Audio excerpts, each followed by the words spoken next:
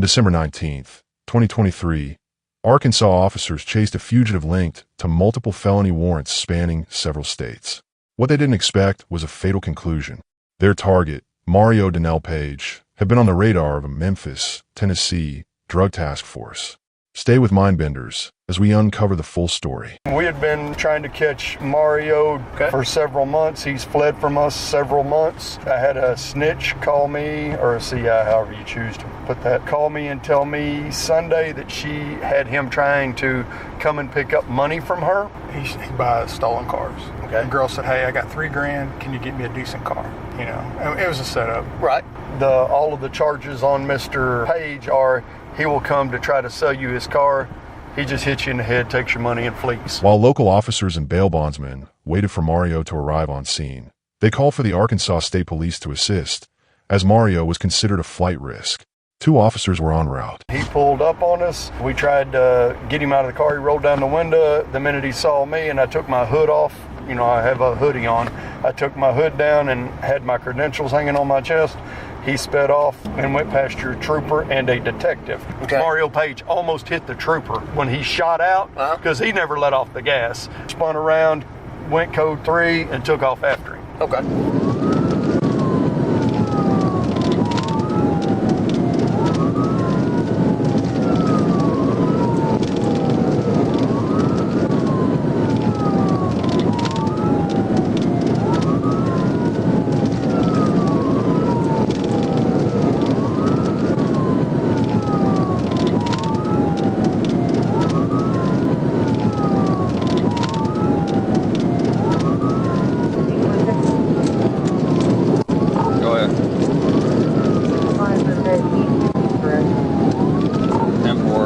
We're trying to catch up to him. He is running excessive speeds. They're on Mount City, running south towards the interstate.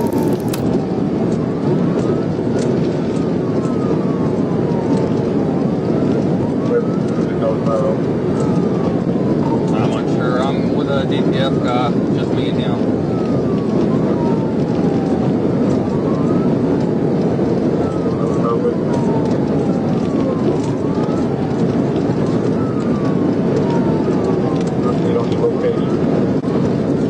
Still south on Mound City, headed towards West Memphis. Just left Marion city limits.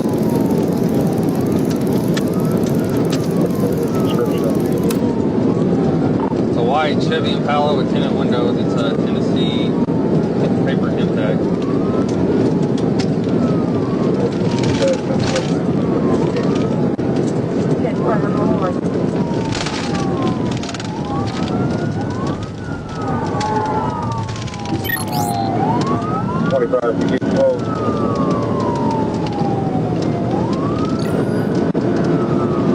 I'm coming off Davis Street area to get on board.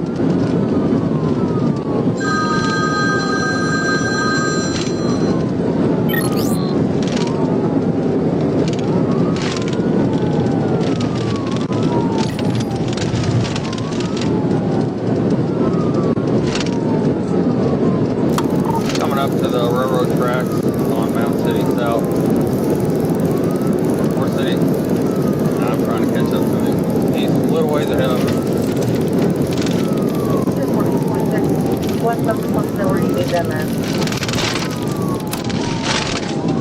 We're probably about to get on the interstate.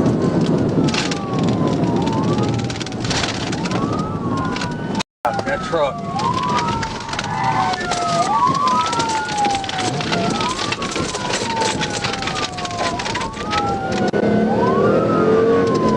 I had to stop for a truck I didn't think was going to stop. He's got further ahead of me. He's about to get on eastbound on the interstate, up 281.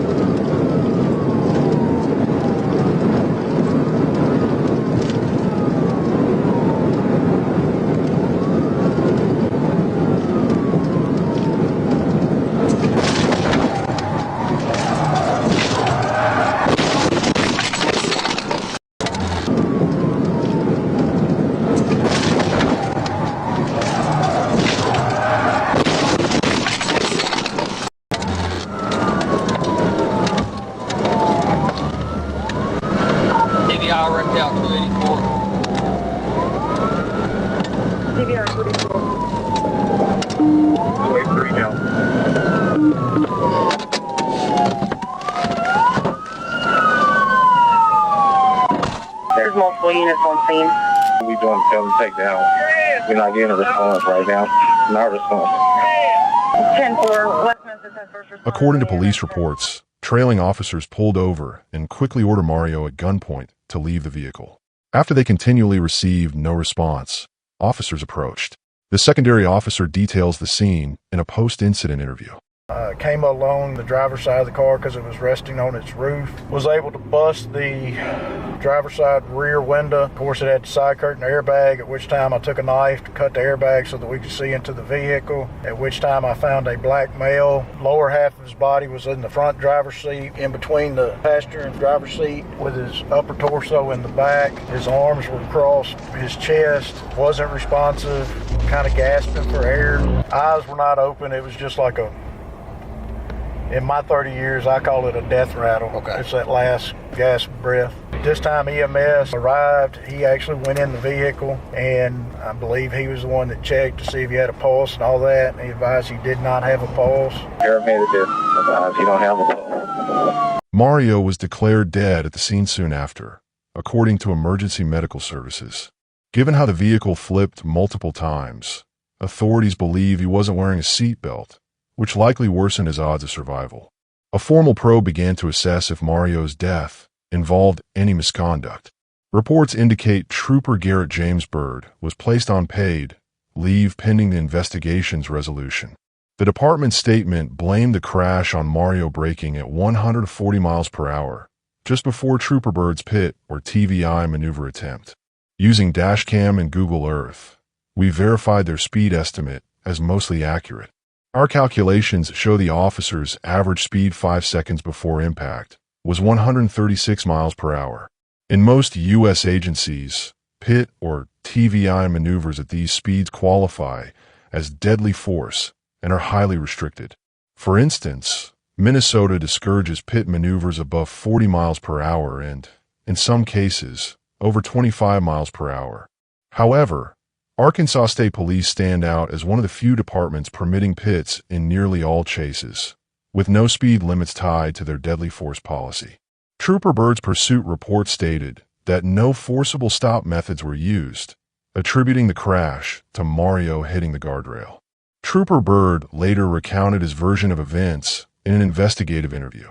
All right, it's Friday, December 22nd, 2023, and I'm at the Crittenden County Sheriff's Office Dispatch Center with Trooper James Byrd and his attorney, Russell Wood. I went back in over towards the left lane, which he was still in, to attempt to perform a tactical vehicle intervention, or TVI, and I don't know if he anticipated what was coming and was just trying to get me off of him, or he was intentionally trying to wreck me. But the suspect slammed on the brakes, and it's like when he did, the vehicle veered right, and I was still kind of right there beside him, and it collected me, and it caused a collision. We both veered right, made sure that we had fire and EMS en route to assist the suspect. They informed me that they weren't getting any response out of him. There was plenty of help there, waiting on fire and EMS, and I went to check on the truck driver, make sure he was okay. The following day, various media outlets acquired highway footage of the crash and questioned the police's narrative, suggesting that Mario's death resulted from a TVI rather than sudden braking.